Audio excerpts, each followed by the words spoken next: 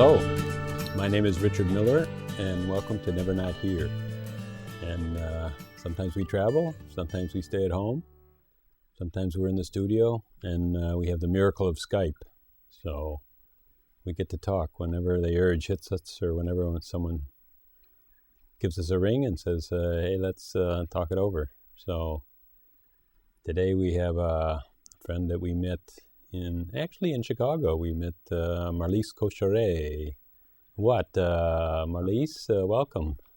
Thank you, Richard. Did we meet 4 years ago, or it was, I don't know, time flies. It was one summer, I remember. Yeah, I think it's 2 or 3 years ago. No, it's more than 2, I think. Yeah, I can't remember. Time flies, you know. You're right. Time flies. You know, one thing I always really appreciated about you, and which I would contrast with other people that point toward non-duality, is that you really never emphasize any kind of experience or say that, first it was like this and then it was like that. You know, you don't really emphasize an experience. Because I remember you saying, like, I really couldn't tell you when, enlightened, what does that mean? You really didn't point to a time. And then that means kind of like, it kind of takes people aback, but people are believing that there's some experience that they're going to get, and they wrap their mind around some kind of a concept of how it could be, and they know that this isn't it, Yeah. There's a lot of comparison that happens because, of course, we hear about a lot of experiences we're supposed to have, and when we don't have them, then we're either not awake or we are awake or... Yeah, we're not there yet. Right. So then it keeps us in our head thinking, well, where is there? I'm not, and then how can we ever be, we're supposed to be here, not there. Right, exactly. Yeah. And also, in my experience, when you come to that place where you don't really need to hear anybody else's experience anymore, then truly you turn inward and start kind of questioning, like, okay, who am I, or what is this life about? What's the point? And then quite naturally, you can say it's an experience, but quite naturally you can come into the place that you discover that, silence, that's my true love. Silence, that's the only thing that's here. That's kind of how it is for me. So you could say perhaps that's an experience. But that's for me the main experience on a daily basis, the sense of deep silence, but not silence as a thing or as an object or as a concept, but just more like the absence of busyness. Right. And so then that's, I guess you could call that presence, because that means like you'd be here. And then here you get to see what's going on, and you can kind of really delve. That is kind of looking into the self and really looking at what's happening. Right. Well, it's kind of like you say, that there's nothing here done, but what truly is there is a deep sense of relaxation when we fall into ourselves. It's a deep relaxing into ourselves, and then quite naturally everything in the seeming outer relaxes too, and we don't need to fix and change so much in the outer world anymore. So it's a sense of deep relaxing in ourselves. It's like almost like that deep relaxation or that deep silence becomes our truest companion. It seems like there are two, and there's really one, but there's a quality of a constant companion that's with us, but truly is us. That's kind of ising here all the time. I don't know what it is, because like I'm really getting what you're saying, but I've heard you even like for 3 years, and I've heard you say, I really haven't caught the deep relaxation, because I was thinking like to myself that relaxation is either a metaphor for just being, or it is being, or something about it, and that I could actually kind of like, if there's anything to do about it, that doing would be some, kind of to watch my anxiety level and just say, well, do I need it? Yeah. Do I need this? But sometimes, sometimes that's not quite enough, because I think in your heart, you don't need anxiety, but for some strange reason in your humanity, Sometimes anxiety is there. And then it's the question, well, how do I want to be with that? Well, how do I deal with my humanity, with that part of me, in my humanness that sometimes is anxious or afraid or angry or something? Stressed out, you know. Yeah. In a way, you choose it, though. You choose it again and again and again. Yeah. In a way, you choose it. And you can see it from this side of the coin, right? Right, right. But from the other side of the coin, you don't see that it's a choice. You see that it's here. Exactly. Yeah. Yeah. So yeah, kind of after the fact that you can make a decision about it, like I'm not going to go there anymore, then it's a choice. But before that, it doesn't tend to be a choice. We're kind of at the wits of it. It's kind of like we're the servant of mind, small mind, till it kind of turns the other way around, that mind becomes our servant. And that's the same around anxiety and anything that kind of bubbles up in our humanity. Well, I liked when you said when we say we're not going to go there anymore, and we should Right. talk a little bit about that, because in one way people say, "Well, yeah, I say that all the time. I say I'm not going to drink anymore, yet I drink. I say I'm not going to smoke anymore, yet I smoke. I'm not going to eat anymore, yet I eat."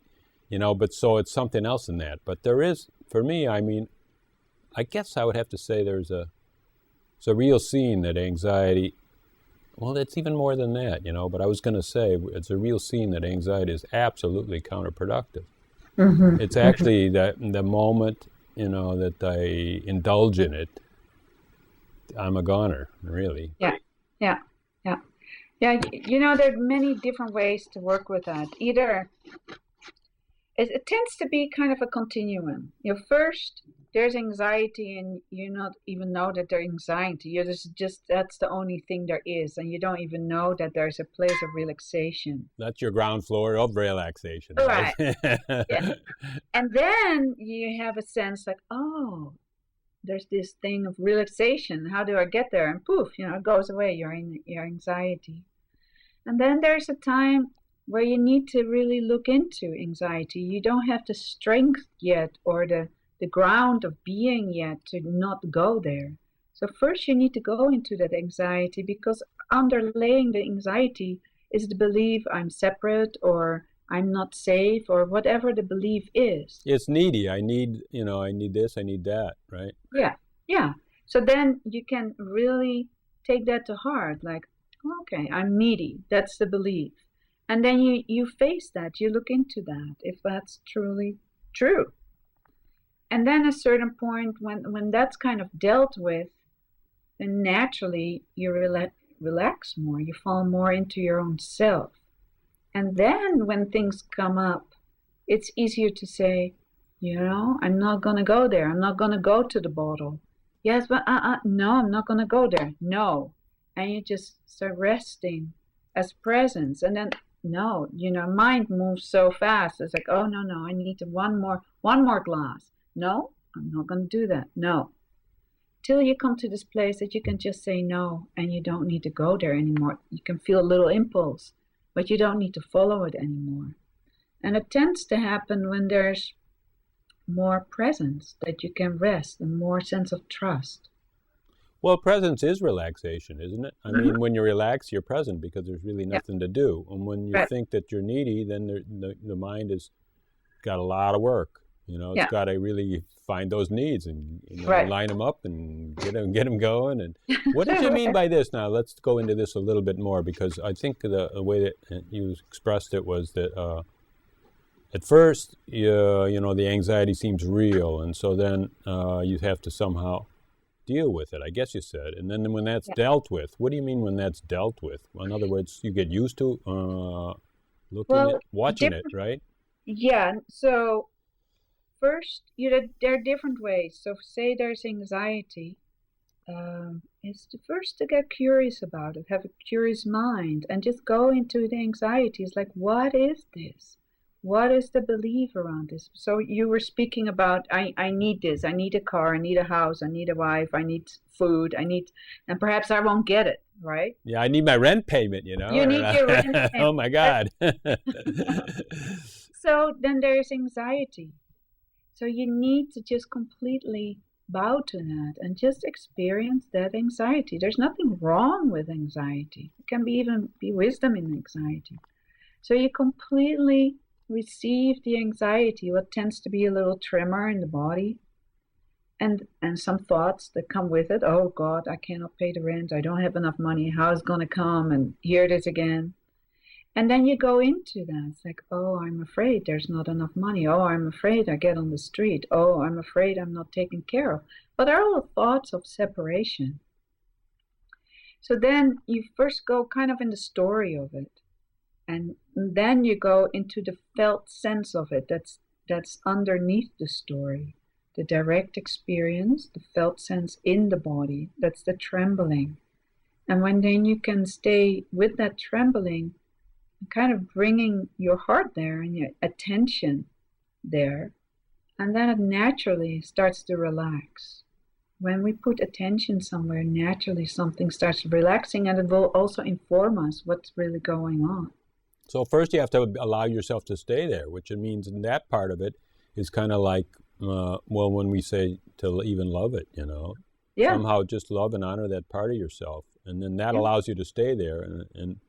And by being there, you're able to really feel it and just start to relax. Yeah.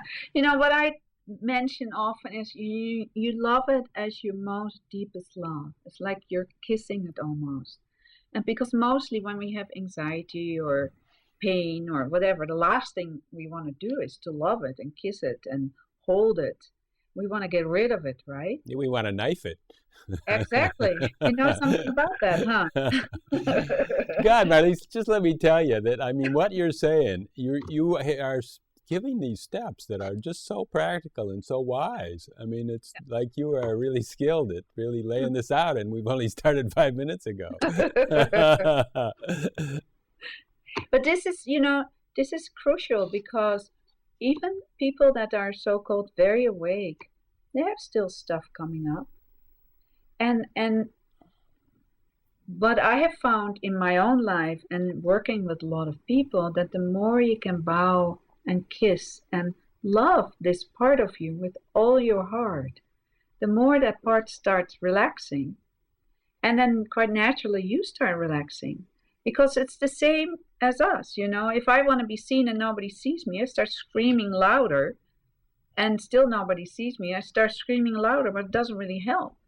And the moment I'm seen and held, then I can relax, because there's nothing to scream about anymore. And it's the same when you have an anxiety.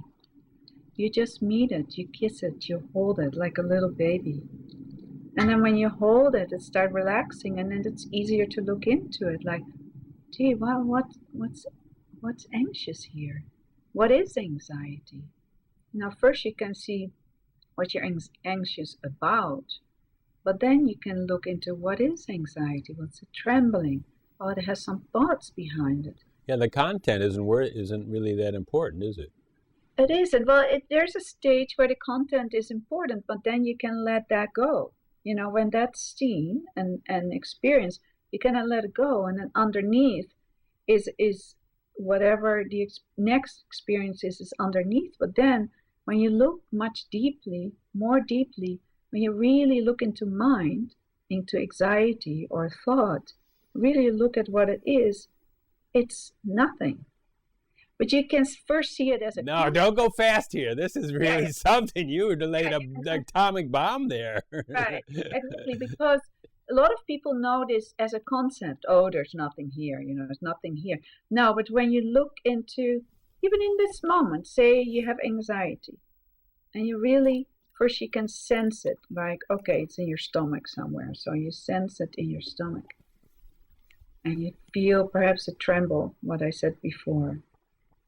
And when you completely stay with that, it tends to quite naturally dissolve and relax. So it lets go. So that's a way of working with that through the body, or loving that. Oh yeah, now this is really good too, because you said it lets go. And we think that we have to let go. So and that doesn't work. Lets go. That doesn't work. Now that's a huge distinction. That is just enormous. Yeah, exactly. Yeah, because we start working so hard on something to let it go and throw it. And that's more anxiety. We're just tightening and tightening. Yeah, it's more anxiety. And then, letting go really means letting be. And when we let something completely be, it goes. It says goodbye. It says thank you. I just needed some love. I just needed a kiss. And then it goes. It's like, oh, okay, good. I can go now. And then the underlying emptiness is being revealed. So, or, that's working with it or looking into it through the body. But sometimes we look into something just through mind. When there's a thought, I am anxious, you start looking into the thought. What is that? I am anxious. What is that? And then when you really look kind of right in it, a thought, I'm anxious, but you cannot find the thought. It seems really real, right? But when you look, there's no thought. It's not even yours. That's a whole other story, but there's nothing there. So in a way, by bringing mind to mind, bringing awareness to awareness, bringing awareness or mind to a thought, it kind of, it's two arrows meeting in midair, kind of, and then proof, the underlying emptiness is being revealed. So that's another way of meeting something. Usually, though, we don't say, I am anxious. Usually we say, I got to get out of here. I got to get out of here, And then later, way later, maybe we say, oh, I'm being anxious again, you know. Then maybe after a lot of psychotherapy, somebody told us, hey, that's anxiety when you got to get out of here. Yeah, it doesn't mean that they're chasing you. It means that you're anxious, Yeah, and that's really good how you mention that, because when you don't know that, then you can also not say, oh, I'm not going to feel that anymore, because it's so intense. You cannot just stop that. Yeah, you just think that's what it is. That's it. Right. That is life. That is like what's happening, That's outside, all around. That's over, under, and through. That's right. Yeah. But there's quite naturally, the more and more your mind becomes curious about what is here in our humanity and in our divinity, then quite naturally something starts relaxing. And the more relaxing there is, the more the ground of being is there, the possibility to rest as presence. And the more we rest as presence, that is then being revealed as a deep sense of peace. And then the deep sense of peace, you start resting more as that, and then more peace will be revealed. So it's kind of where then when the anxiety comes into your life, you don't really need to do much with it anymore. Yeah, you can give it still a sweet kiss, but you can kind of, okay, I'm not going to go there anymore. Bye, see you later. And then, you're going to sit. And doesn't mean when you sit that immediately you rest as presence. Still a lot of people are still in their heads and thinking. But it's kind of making yourself available for presence that you are, to come to the forefront, to announce herself. And she announces herself as a deep sense of peace and equanimity and a sense of wholeness. There are many qualities, or love. Recently I was listening to some people talk, and they, in a way, they honored anxiety in a way, because they started to say, we were talking about the anxiety of seeking. And we were saying, well, okay, there's a yearning, or they were saying there's a yearning that's important in order to, a yearning, and they would call it like a yearning for home or something like that. So they're really giving it a lot of honor, like it's like an inbuilt part of humanity that says that I do know what home is, and home is this sense of presence, and this yearning, the stronger it is. But I told them, it's okay, I don't doubt you, but I think it could be really readily confused with anxiety, which is also a yearning, that things aren't right here, and that I should be somewhere else, and it feels the same way, and so then people that are feeling just their normal state of anxiety are having somebody say, no, that's important. That's the only way you can be enlightened. You have to have a desire more than anything in your life, more than life. You have to desire enlightenment. This is all these setting up all these straw men at the end of the road, and it just doesn't seem wise to me. As many people there are, as many roads to love and truth there are. And it's really coming to that place inside ourselves to trust, like, okay, I know there is a deep longing inside me. And perhaps it seems first to be anxiety, but truly underneath all of, for in each of us, I'm convinced there is a deep longing to go home. And I think God put that longing inside our hearts to come home. And some of us, we hear the calling very clearly, and some of us obviously don't. And we are lucky when we hear that calling, that, like, same like in retreats when the bell rings and the moment that the piece of wood touches the gong, it's just God calling us home. Presence calling us home. Emptiness calling us home. So it doesn't really matter, I think, how we come on that path. So for some people it's through anxiety. For most of us it comes really through suffering. We don't tend to look for God or presence, or ask ourselves the question, what do I know about God, or what do I know about life, when our life seems to be in the outer world, seems to be going very well. Well, what else is there to look for if everything seems to be okay? Most of us tends to come to the path when there's an illness, sickness, somebody dies, and some form of suffering happens, losing our job, or losing a friend, or losing our homes. That's often said. That's often said, and I sometimes wonder if we don't set it up that way. Yeah. And, we set it up that way with expectations. Okay, we have expectations that our friend's going to last forever, that our job's going to last forever. Those are expectations too, right? Yeah. Oh, absolutely. We all have expectations till they're all killed. Till we see, like, okay, well, that doesn't work. I think there's a real sweetness in inspiration. It's a quality of aliveness that's very different than expectations. Now say that some more. Let's talk around that. Aliveness comes really from deep within. So when we are with our deepest innermost self, pure intimacy with the pure silence of our being, the I am, then quite naturally, that is aliveness itself. Even when you go inside right now, just close your eyes for a moment and just taste that beauty that you are. That, to me, is silence. But when you really steep in that silence, there's pure aliveness there. Pure life. And that comes from within. And that inspires movement, inspires speech. And then that speech can come directly from the heart. Or that quite clarity can come from mind, but it comes from within.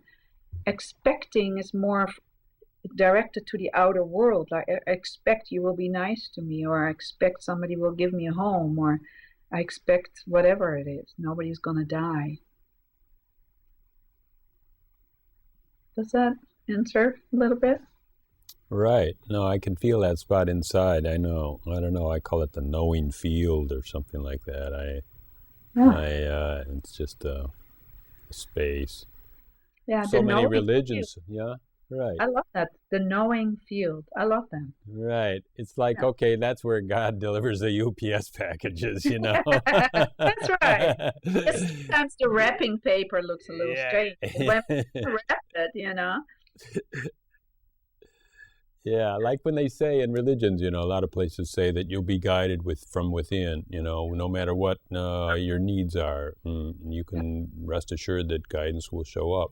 But I found that sitting practice is very, very important to learn to tune in with our true heart and our true self, our true nature, and then be able to listen and to see what naturally wants to happen. Because what we all tend to do is, like, when there's a hard situation, when somebody's dying, or you're losing a job, or you need to make a big decision, then all of a sudden we want to listen, but we don't know what to do because we're so in a web of thoughts and feelings that we cannot come into the place of equanimity, our natural self. So the more we practice in our daily life, as I do it, it's just sitting practice.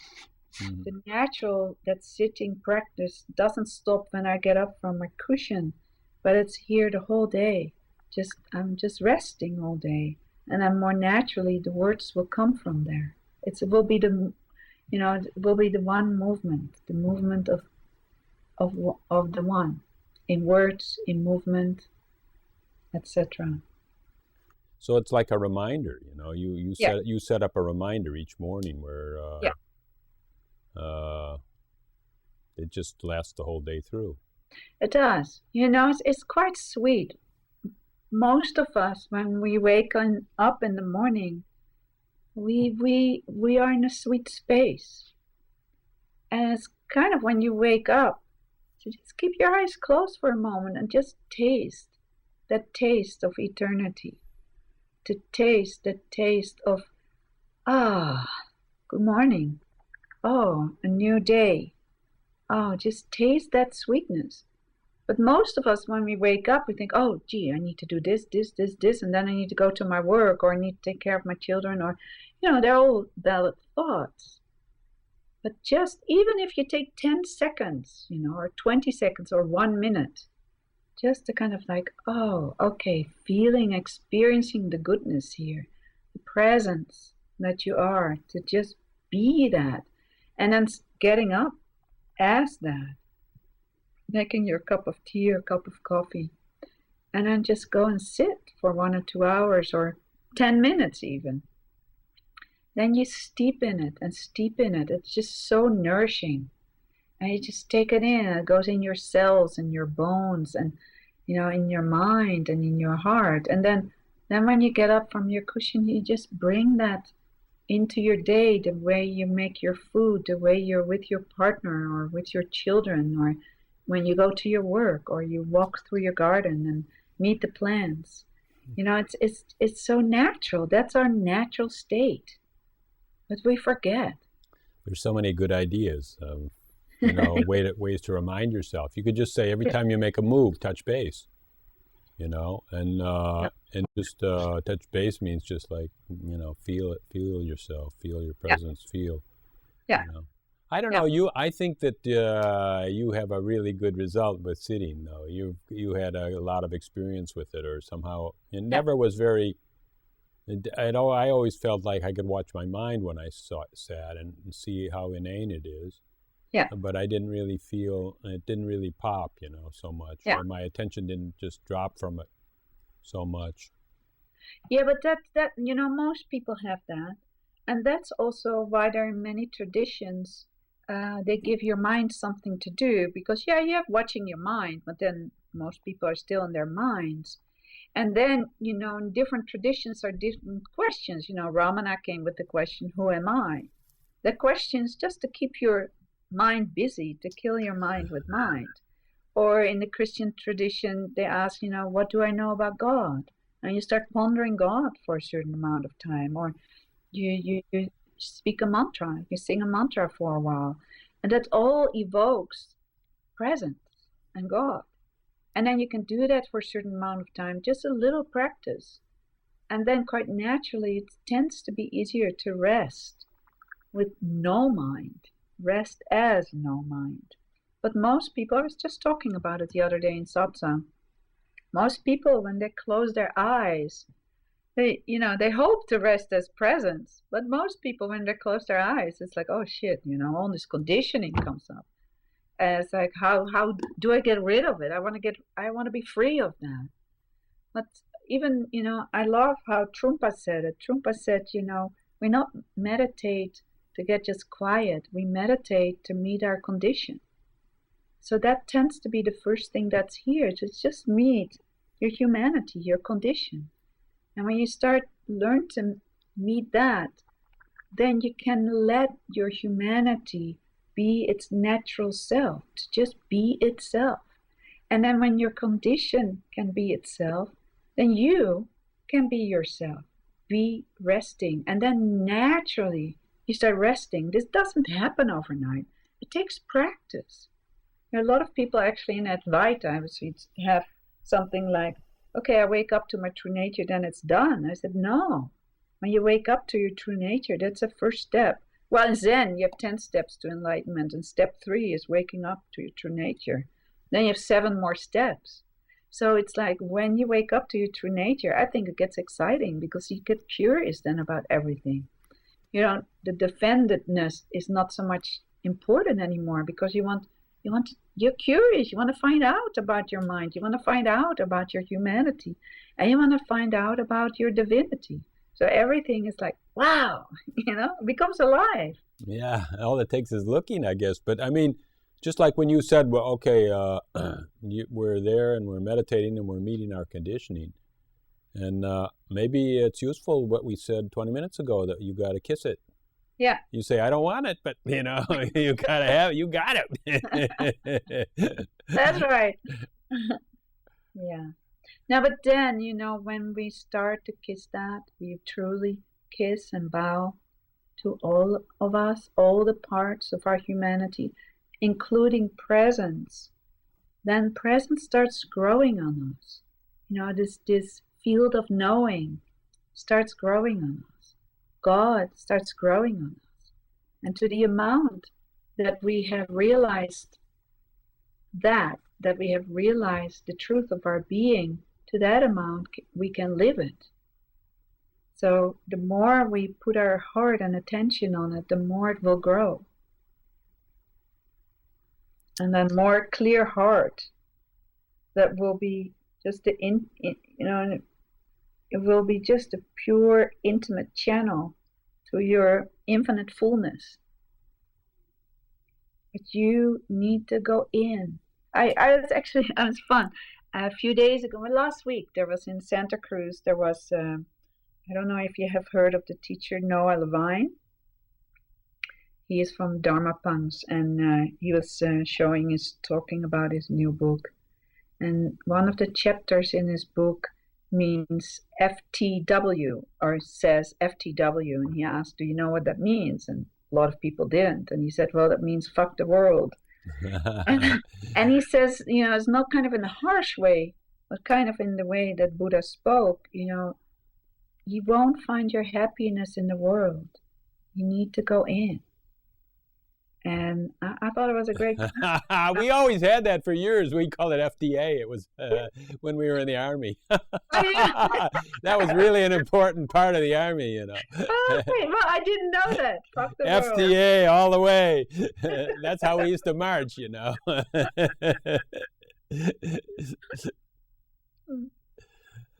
But the more you go within, as I said before, then, a clear heart will come forth. And that will be your most intimate channel to the infinite fullness and love that you are. And then you can speak from that, and you can hear, and you can feel from that. And it doesn't mean, it doesn't go over one-night eyes, we say in Dutch. But it takes time. It takes a lot of patience and sometimes hard work. For me, many years. It took me many years, and it was many years of hardship. Yeah, but now wait a minute. Like when you're saying it takes many years and it's a lot of hard work, then you're really working on an expectation, right? You're trying, and right away, it's not happening, and then you expect it even more, right? I mean, why is it? What is it? That's just such deep drive from that pure longing. When you're on that path, following home, going home, nothing really can stop you. So yes, you can say it's hard work. You can also call it plurk, play and work together. It's like you cannot not do it, because it just hurts too much when you not keep going into all of life. Yeah, well, wait a minute. Now, what are you saying? I mean, what's the alternative is not going into life? I mean, what do you mean? You mean like you have to do a practice, you have to wake up early, you have to do... What's I mean, what are you saying? What's this plurk? Well, to me, in my experience, is this combination of deep love for the unknown and at the same time struggles coming up. Like, I had periods of time, there was so much going on in my mind, so much unhappiness. And at the same time, this knowing I was on the right track, this deep love for the unknown. And sitting with conditioning and the pain of it and the suffering, a lot of suffering, but keep going. I for some reason, I just kept going, and the more I kept going, the more I would benefit from the practice. And then there comes a place where you can eat the fruits of your practice. It's the same when you work in your garden. You were speaking how you're working in your garden. First, you have to mold the earth. You have to work in it and work and prepare it. And then you put the seed in it. And then you need to nurture that seed with water and some food and compost and the whole thing. And then it starts growing. And then when it just starts sprouting, you needs to pay extra attention, needs a little bit more water and love and care. It's very tender sprout. And then it slowly over time can become strong. And it's the same on the spiritual path. It takes a lot of love and work and God. It's all hand in hand. I've been getting up real early lately. Yeah? Yeah, let me see if I can explain it. Well, I had some physical work to do, and for some weeks, and then it got to feeling pretty good, and so I did some more. Like I painted my front porch and painted my rear porch, but I was fixing up a place, which was really pretty hard, and then my body was not used to it at all, and so I get home and like at 8 o'clock I was wrecked. Yeah. And I'd go to bed, and of course I couldn't sleep till 8 the next day. I mean, I was up at 2:30 or 1:30 maybe. Yeah. And so then I just got vertical, like I went and just wrapped a bunch of blankets around myself and sat upright in a chair, and maybe for 3 hours, like you say, it wouldn't be. I mean, as far as me doing a practice for 3 hours, that would never happen. But just, I'm not used to that kind of stuff. But I mean. It was just comfortable in that chair, and I didn't want to just lay in bed and wiggle around there and wake up my wife and stuff. So then I just been doing that, and I've probably done it, I don't know, 15 times this last month. And what are you noticing since you're doing that? Well, it's kind of really cool in a way. I mean, like my mind runs, but it's not even with personal trauma or any kind of worry or anything like that, but it still runs. And then I'm even there kind of posing this to myself, like, I know I'm not interested in this thought. I know I don't need this thought. I know this is inane and a stupid thought, and it's just going in a foolish way, not with any force. I'm not saying it with any force or trying to push it away or anything, and just wondering, like, I wonder where it comes from, like what is the need of it, and maybe it would just be some kind of little construction thing or some kind of little musing on how the world works, or, really nothing personal or important or traumatic or worrisome but it's still, yet it just clicks away. Chug, chug, chug, chug, chug. Yeah.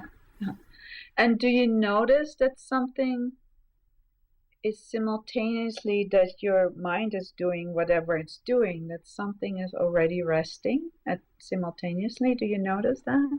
Yeah, I feel it's a resting, and I feel my body there, I kind of, in those times, especially when been rainy and a little cool in the morning, and the heat doesn't click on, it's on a timer, so it's kind of a little cool down there. So then I just kind of wrap myself in a cocoon, kind of like, and just, I actually put extra blankets around my shoulders and stuff because my arms generally were tired from whatever kind of things I was doing, and a little bit of soreness and stuff. And so then I was kind of superheating that part, And so then I was just feeling that and just kind of going into that cocoon and just kind of feeling into it, and then just seeing this whole thing and just thinking, and really good. I don't really sleep that much, because Yeah. I don't know, I'm getting too old to sleep, I guess. But there's a sweetness in that, huh? When you sit like that. Yeah, there's a real sweetness, but in a way I was just real curious, like, well, what is it that keeps driving this thing to just make up little scenarios, Yeah. Yeah. And what did you find? I don't have a clue, but it doesn't, there's no brakes on it. But I'm not trying to stop it either, so then there's no Yeah. anxiety behind it. Yeah. Here's another thing, like with me, mostly just talking to somebody. Even if I haven't let it happen too much now, a few times with you, but it works really good on internet too. It doesn't, but in person, that's when I really just have this really sense of peace, like I'm just totally still. Mm-hmm. How is it right now? Yeah, like I said, I hadn't really let it happen that much, but I can. Mm-hmm. Well, why? How about in this moment? Let me just take a moment. Let's do it. Hmm.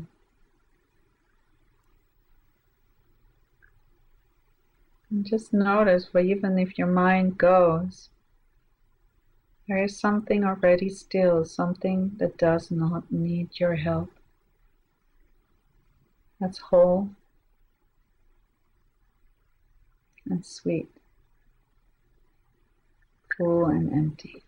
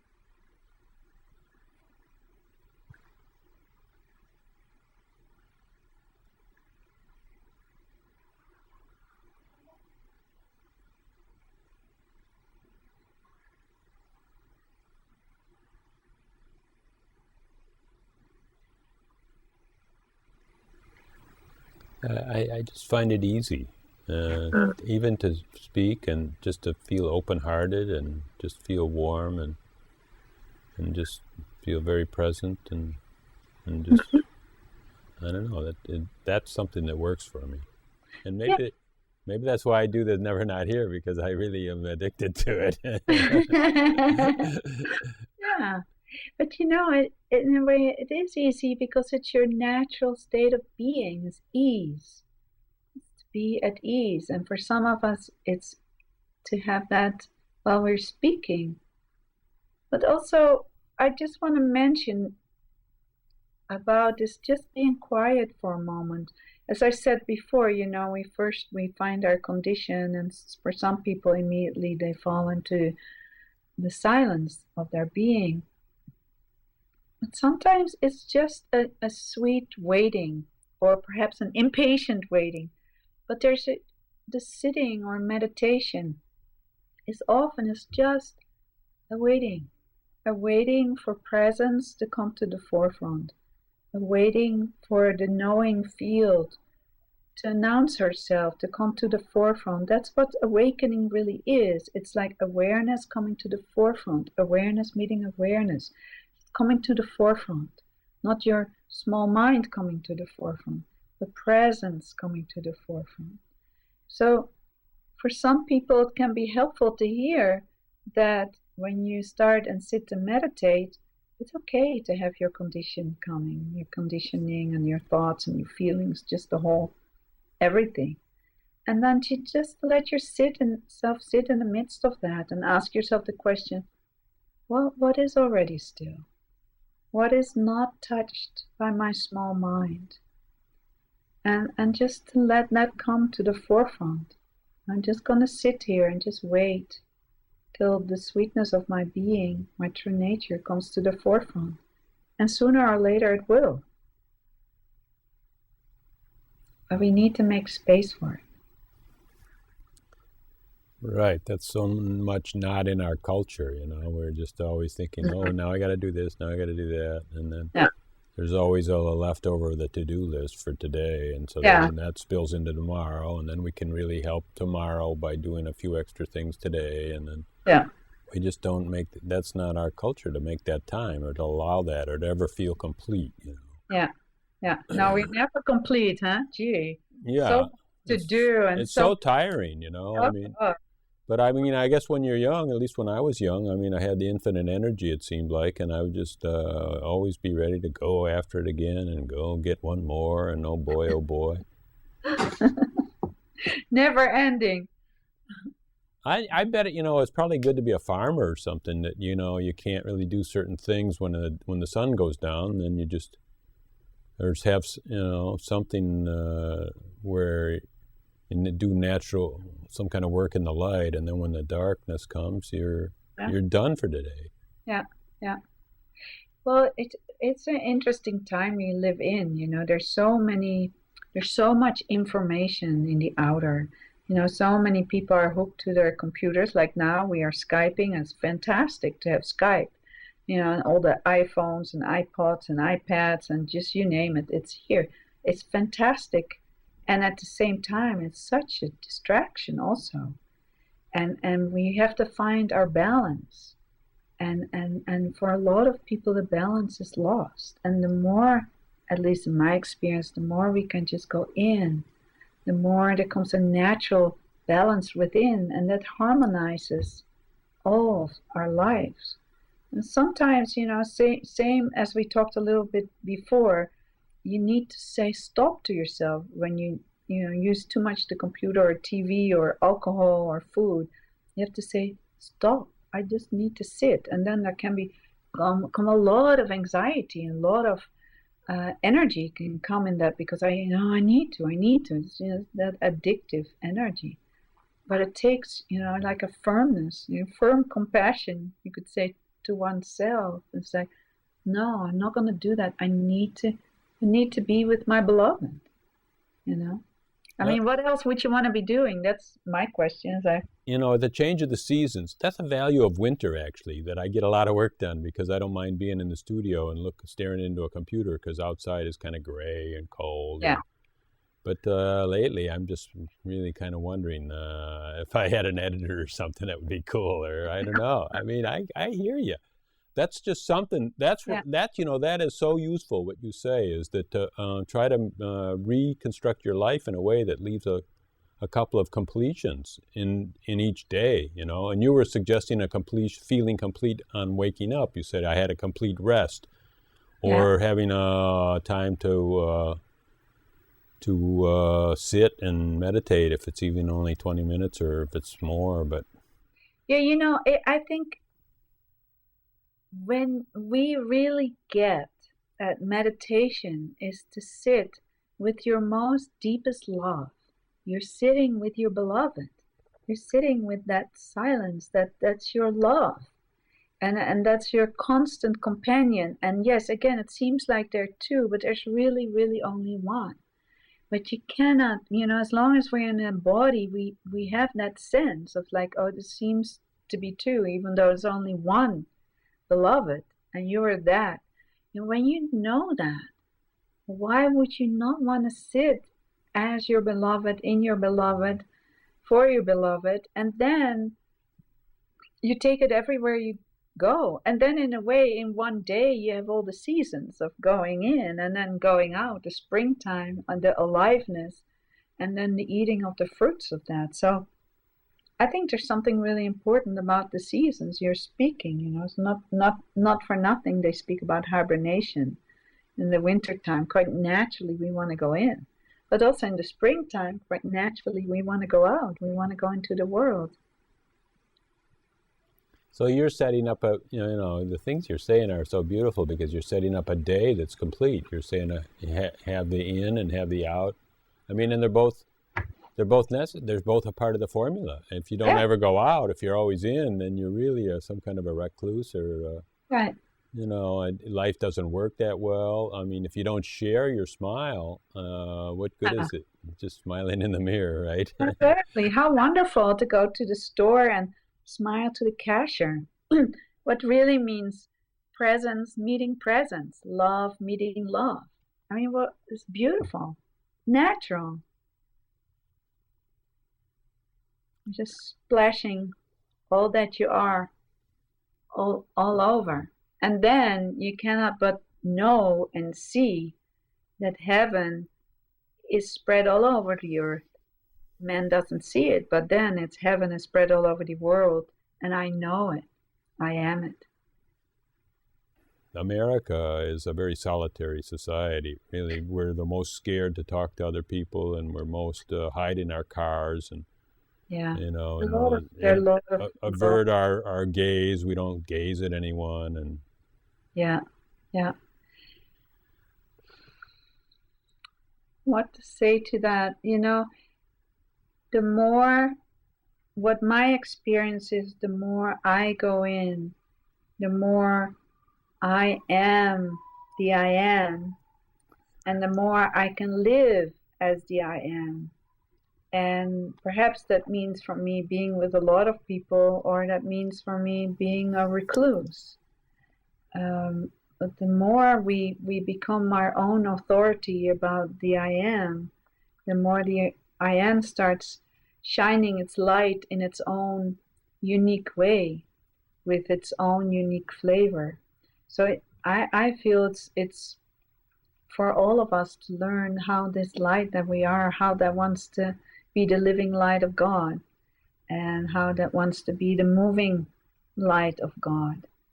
And nobody can really tell us, because when we go really in, we also meet our conditioning. So a lot of the American conditioning is you need to do it all by yourself, very self-reliant.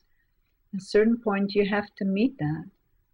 And when that's fully met, then more deeply you sink into your natural beingness, and that starts moving naturally. That's a natural side effect. That's the enlightened movement. And that will show you. And that tends to be quite balanced then, with people, not with people. I don't know. It's for everybody different. I don't think we can put one rule on that. yeah. Well, maybe you can't say because you're you're a hybrid. Yeah. You're not American. And Right. I'm not either anymore because I lived in Italy like 12 years. Oh, that's right. And Yeah. so then I'm not American anymore either. But I Yeah. mean, Yeah. I think I can remember that it was worse. I was really recluse and really feeling limited, and like really started out childhood as having a almost autistic, I suppose. I couldn't really hardly communicate or speak Yeah. or write or read and so then that was just a reaction. That was like a compensation. It comes Yeah. to me now that I was somehow so baffled by society. I was compensating by with a huge withdrawal. Yeah. Yeah. Yeah. Yeah. It has also to do with surroundings. I grew up in the Netherlands, and it's a tiny country, and it's quite overcrowded there. So you need to have a lot of social stuff going on, otherwise everybody hits each other over the head. And in America, it's so much space, so it's also easier to be individualistic. And but yes, every culture brings it conditioning. And I remember in Holland, it's a lot about doing together. It's fun.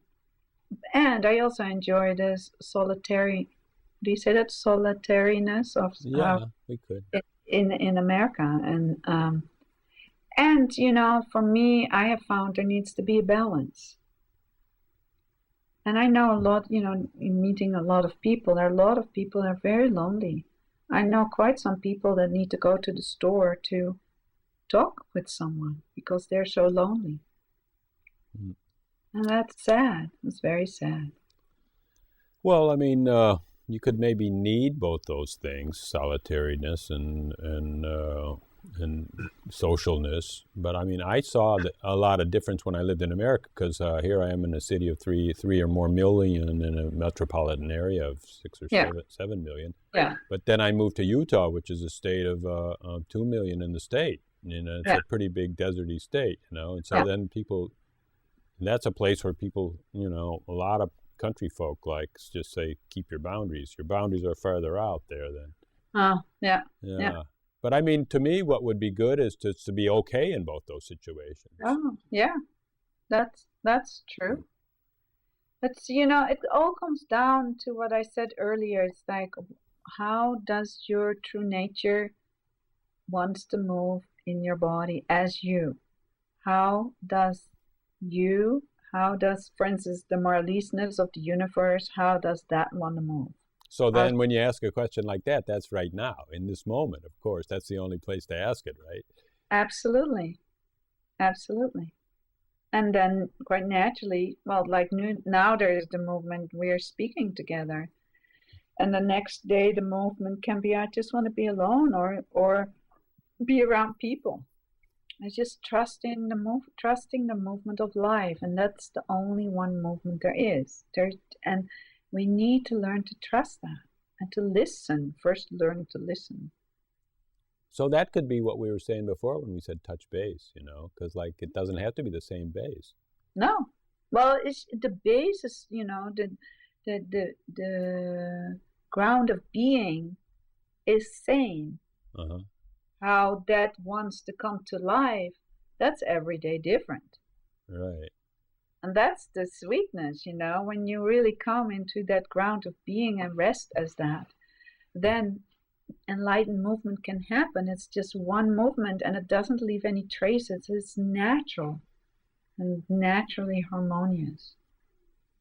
And it sounds all really pretty cool right now, and doesn't mean it happens immediately, but we all have tastes of that and we can deepen that.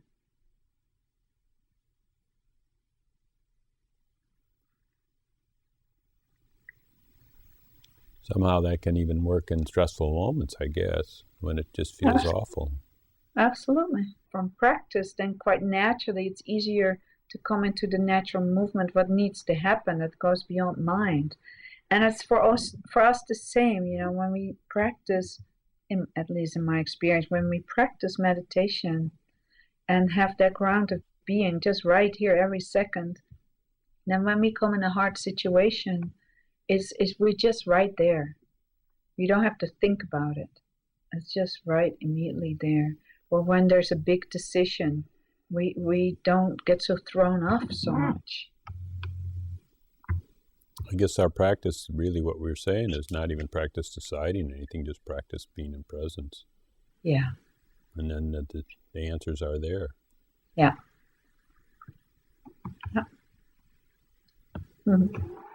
Nice to talk with you, Richard. Really? I was just thinking the same thing, like we're staying away too long. That's my thought, Richard. Well, who knows? We might see each other in these next couple of days. Yeah. That'll be sweet. Yeah. So, thanks so much for making this time. My pleasure, and thanking you for offering this, not only for me, but also for a lot of teachers, and with that for a lot of anybody that wants to listen to this and enjoys it. Yeah, it's pretty much fun. Yeah. Yeah, the only part, you know, now I gotta edit it.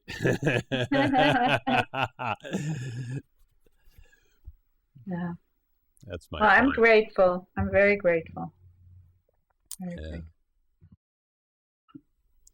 So, thank you everybody for watching us, and Marlies is in town. I guess you're not going to see this, I won't say that as an announcement because it'll be long gone by the time you see this, but yeah, maybe it'll be a following episode, so we'll see what we can do.